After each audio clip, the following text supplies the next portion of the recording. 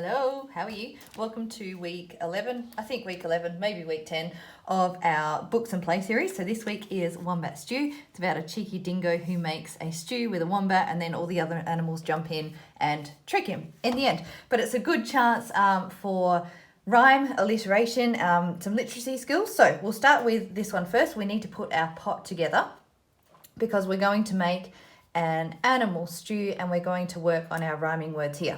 We've got our gum nuts, feathers, boomerang, Vegemite, thongs, flies, spiders and Australian animals here to put into our stew. So we've got the cutouts, we've got the lid and the pot. So I'm just going to use sticky tape to tape the pot on.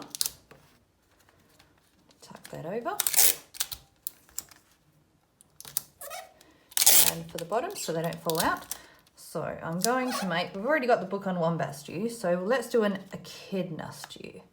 There we go. So our animals can go off to the side there.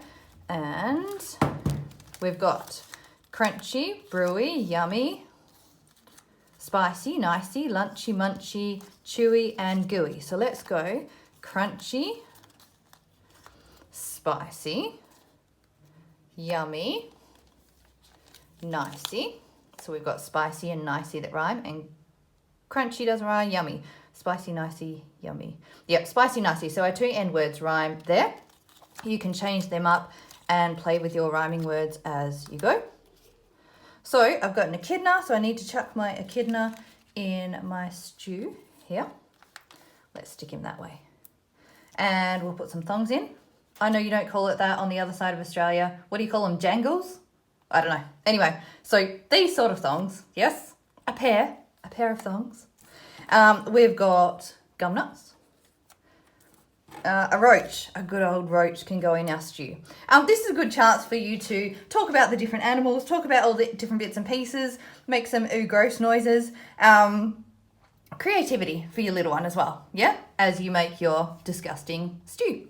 And then you can change these up again, so empty it all out, change up the animal. You can go crunchy munchy in the book for my lunchy. So I did leave this blank so that you can write in. I don't have a pen here.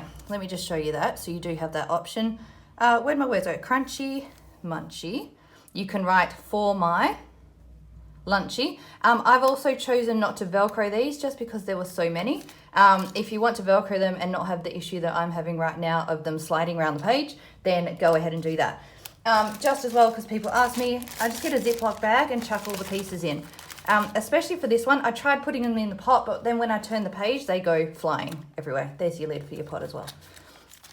So we'll just, hang on, I'll do it in fast forward, hang on. After packing them up, I need them for this activity. Never mind, I'll show you that in a sec. This one is just a, whoops, my cauldron bit stuck to it. Just painting, so I just did that one with watercolor. You don't need to see me do that. You could do collage, number of different ways you can color that in. This one here is a little bit tricky to figure out just from photos. I do have the instructions there, but I'm pretty sure no one reads them because they do the cutouts and throw them in the bin. So this one here, laminate a sheet of laminate, yes, with nothing in it. So you just get the plastic. Then put it over here and trace it. So I've already cut mine out, which I don't normally do before videos, but I did this time and I couldn't be bothered doing another sheet of laminating. So just trace it with a permanent marker and then cut it out. You can then ditch this bit. You don't need that for anything. I didn't want this bit covered, so I then went and cut out across there as well. Can you see that?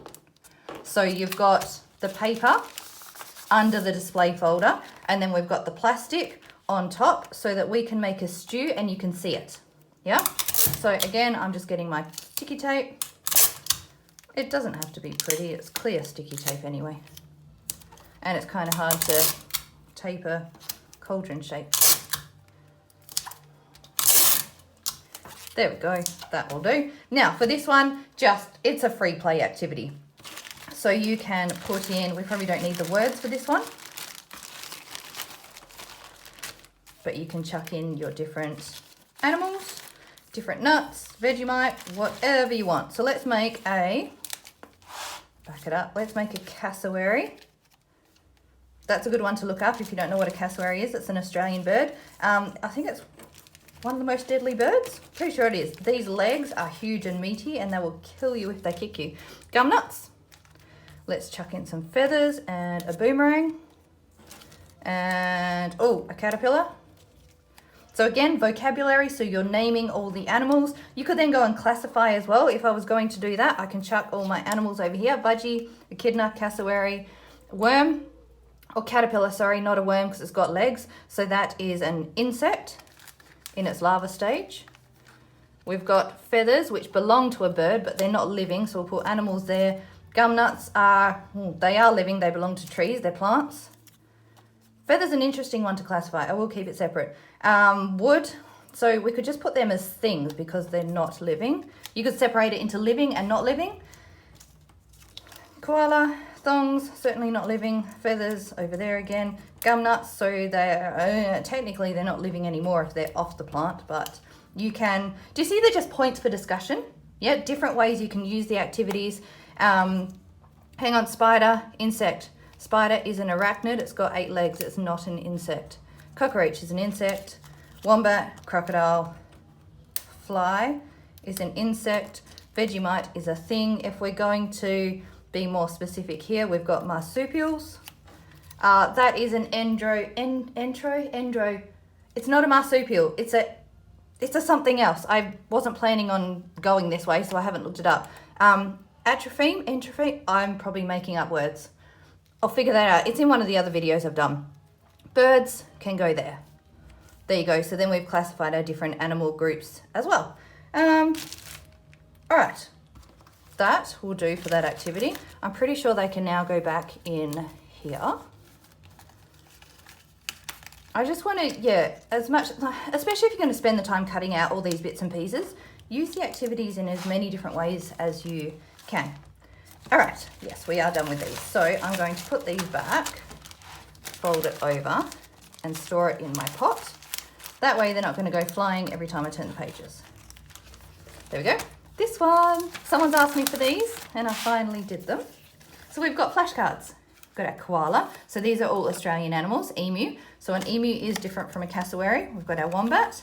Platypus. That's the same as an echidna. That word that I'm after, which I will look up soon. So emus and cassowaries, they're similar, but they are different.